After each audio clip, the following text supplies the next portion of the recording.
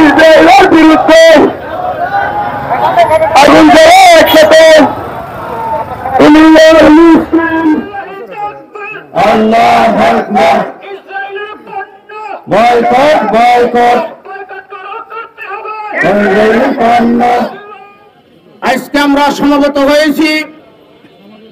আজকে ইসরায়েলের দিকে তাকানো যায় না।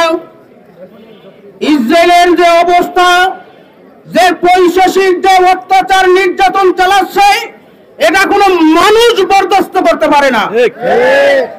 ওদিকে নেতানিয়াহুর দলেরা তারা তাদের উপর আক্রমণ করে, কিন্তু আমাদের এটাও জানতে হবে এদেশের মধ্যেও কিছু সেই নেতানিয়াহুর কিছু দালাল আছে, তারা ফতোয়া দিচ্ছে এবং ইসরায়েলের পক্ষে সাফাই দিচ্ছে।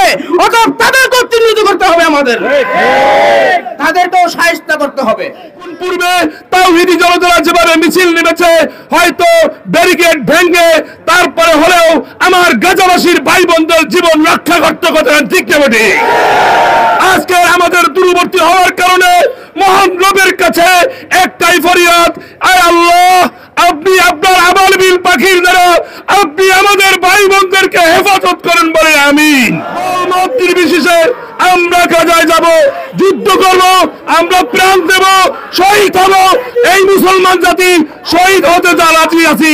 আল্লাহ তাআলা আমাদের সকলকে উদারত আহ্বান জানাবো যে আজকের এই সমাবেশ আমরা মিছিল জারি করি, এতে তাদের কর্ণপাত লড়ে না।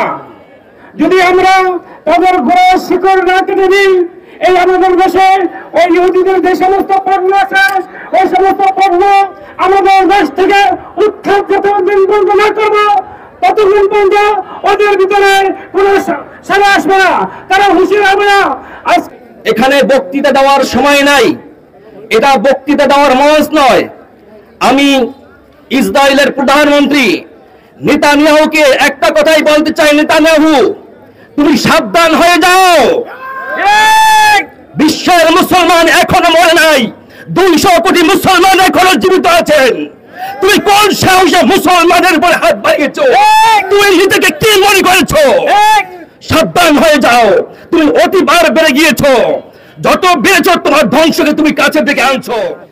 আমি আজকে এই গলাচিপাড়া বাংলার দক্ষিণ প্রান্ত থেকে বলতে চাই, এখনো মুসলিম উম্মাহ ঐক্যবদ্ধ হওয়ার সময়, গোটা বিশ্বকে ঐক্যবদ্ধ হয়ে ইহুদি খ্রিস্টানরা, ইসরায়েলের, আমেরিকার, গোটা পৃথিবীর যত রকমের এই নৈরাজ্যকারী রাষ্ট্র আছে, প্রত্যেকের বিপক্ষে মতো ঐক্যবদ্ধ হয়ে দাঁড়াতে হবে। নৃশংস হত্যাকাণ্ড চালিয়েছে, যা মানব সভ্যতার ইতিহাসে একটি কলঙ্কজনক অধ্যায়। আজকে সকল সভ্যতাকে উপেক্ষা করে ইসরায়েল ফিলিস্তিনের নারী এবং শিশুদেরকে গণহারে হত্যা করছে। আজকে এই 17 মাসে প্রতিবেদনে আসছে প্রায় 50,000 মানুষকে তারা হত্যা করেছে, 17,000 নারী এবং শিশুকে হত্যা করেছে।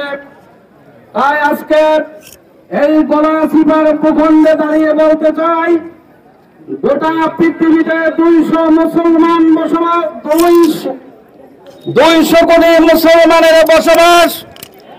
এই 200 কোটি মুসলমান আজকে মধ্যপ্রাচ্যের একটি বিস্ফোরা অবৈধ রাষ্ট্র ইসরায়েলের বিরুদ্ধে আজকে গোটা পৃথিবীর ওলামায়ে কেরাম ফতোয়া দিচ্ছেন। এখন ইসলামী স্কলাররা ফতোয়া দিচ্ছেন ইসরায়েলের বিরুদ্ধে সকল মুসলমানের যুদ্ধে ঝাঁপিয়ে পড়া ফরজ।